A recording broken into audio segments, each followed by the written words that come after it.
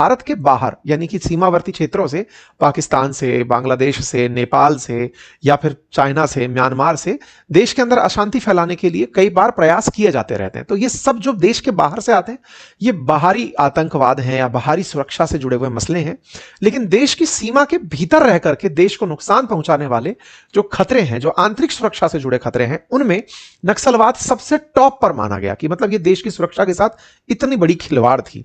देश के लगभग 200 जिले इससे प्रभावित किसी समय पर रहे, जिसे आज आप खत्म होते हुए सुन रहे हैं। तो सरकार ने इसको खत्म करने के लिए क्या किया, कहां से इसकी शुरुआत हुई, कौन इसकी शुरुआत करने वाले लोग थे, किस तरह से चाइना की नीतियों से वो प्रभावित थे और धीरे धीरे देश विरोधी ताकतों ने उन्हें फंड करके देश की व्यवस्थाओं को किस तरह से चुनौती दी, उसका सारा जिक्र आज के सत्र में करेंगे।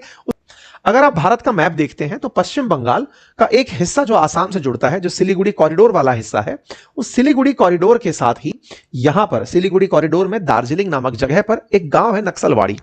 तो नक्सलवाड़ी गांव के अंदर कुछ एक ऐसी घटना घटी जिस घटना के चलते इस पूरे आंदोलन को नक्सलवाद के नाम से जाना जाने लगा। बात 1967 की है, 24 मई 1967 की। एक जमींदार थे नगेन चौधरी। नगेन चौधरी की जमीन पर कोई किसान कटाई कर रहा था।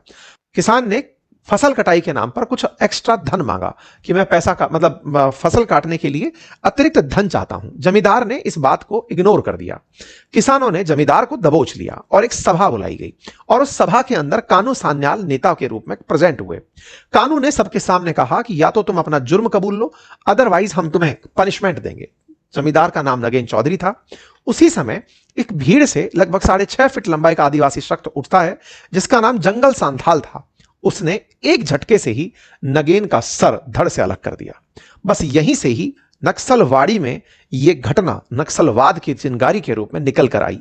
यानी कि किसानों की एक सभा के अंदर एक जमींदार का पब्लिक के अंदर इस प्रकार सर से धड़ अलग कर देना, यह जो घटना थी, इसे पूरे देश के अंदर एक चिंगारी का काम किया और धीरे धीरे यही क्रांति का रूप लेती चली गई कि अगर कोई व्यक्ति आपके हित का नहीं सुन रहा है तो उसके विरोध में आप हथियार उठा सकते हो। बस इसी प्रकार से चारू मजूमदार को नक्सलवाद का पिता कहा गया, कानू सान्याल को पहला नक्सली माना गया और जंगल सांथाल को आदिवासियों के आंदोलन से जोड़ने वाला व्यक्ति माना गया।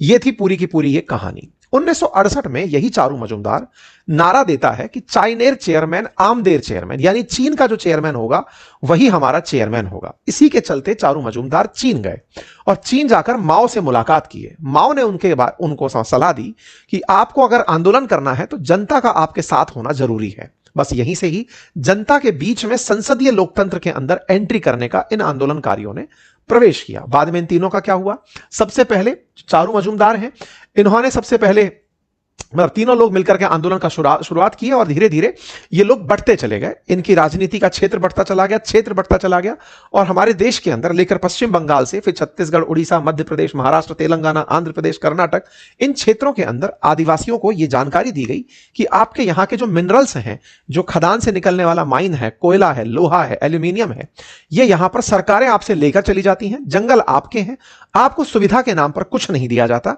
और आपके क्षेत्र पर सरकार के द्वारा बड़े बड़े उद्योगपतियों को जगह अलॉट कर दी जाती है। आपको ज्ञात होगा कि देश के अंदर झारखंड है, छत्तीसगढ़ है, यहां पर बड़ी सारी माइंस हैं। ऐसे में माइंस के चलते लोग जिन जगहों पर रहते हैं उन लोगों को यह एहसास दिलाया गया कि ये माइंस के लोग तो करोड़पति हैं, सारी सुविधाओं से युक्त हैं, लेकिन आपको जंगल भी नहीं मिला, आपकी जमीन भी नहीं मिली और असुविधा मिली जो अलग।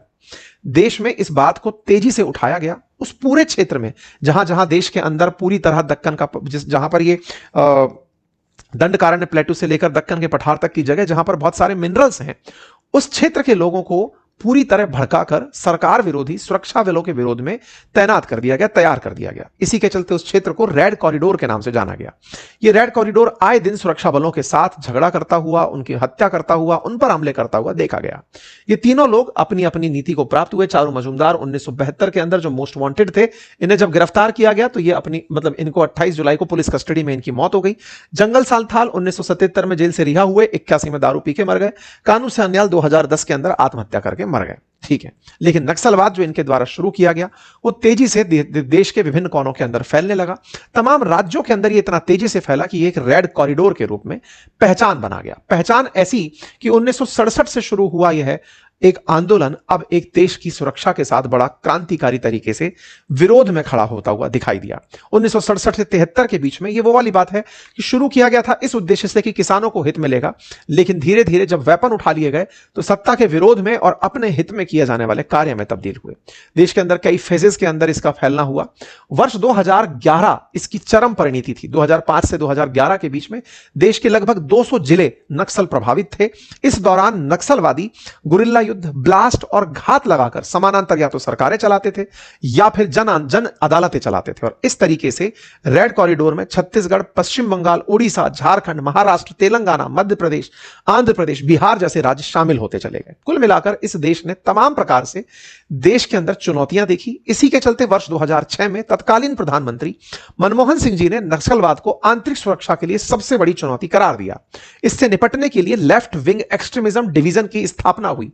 ये 2009 की कटिंग है जिसमें मनमोहन सिंह जी इसे नेशनल थ्रेट बता रहे हैं। प्राइम मिनिस्टर बकायदा 2011 में अनाउंस करते हैं कि हम इससे निपटने के लिए एक इंटीग्रेटेड एक्शन प्लान लेकर आ रहे हैं जो नक्सल हिट एरिया के अंदर निपटने का काम करेगा।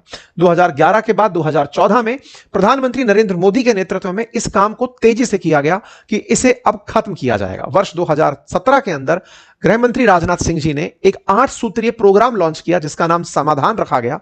इसके मकसद में रखा गया कि हम स्मार्ट लीडरशिप रखेंगे, एग्रेसिव स्ट्रेटेजी रखेंगे, पूरी तरह मोटिवेटेड और ट्रेनिंग के साथ, एक्शनेबल इंटेलिजेंस के साथ, रिजल्ट्स पर फोकस करते हुए, प्लान बनाते हुए काम करेंगे। इसका उद्देश्य होगा कि इन क्षेत्रों के अंदर सुविधाएं भी विकसित की जाएंगी, स्कूल बनाना, रोड बनाना, टेलीफोन नेटवर्क लगाना, पुलिस चौकी बनाना, रोजगार के मुहैया उपलब्ध अवसर कराना।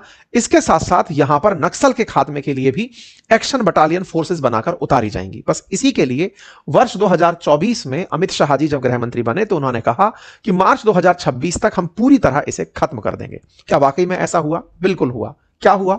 24 अगस्त को नक्सलवाद को खत्म करने की एक डेडलाइन दे दी गई। जो 2007 में लगभग 200 जिलों में फैला हुआ नक्सलवाद था वो 2018 में घटकर 90 जिलों में सिमट गया। पुलिस के द्वारा बहुत सारी कार्रवाइयां की गई। 2010 में नक्सलियों ने 1936 हिंसक घटनाओं को अंजाम दिया था जो 2024 में घटकर 374 रह गई थी। 81% की कमी रही। 2010 में 1005 सुरक्षा बल और नागरिकों की मौत हुई जो 2024 में घटकर 150 रह गई, जहां पर 85% की गिरावट दर्ज की गई।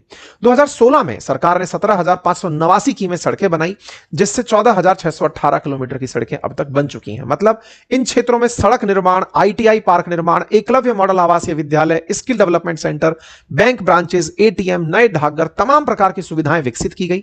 लगभग 9,233 टावर चालू किए गए। समय सीमा के साथ काम किया गया। लगातार पुलिस चौकियों का निर्माण किया गया। 15 नई ज्वाइंट फोर्सेस बनाई गई।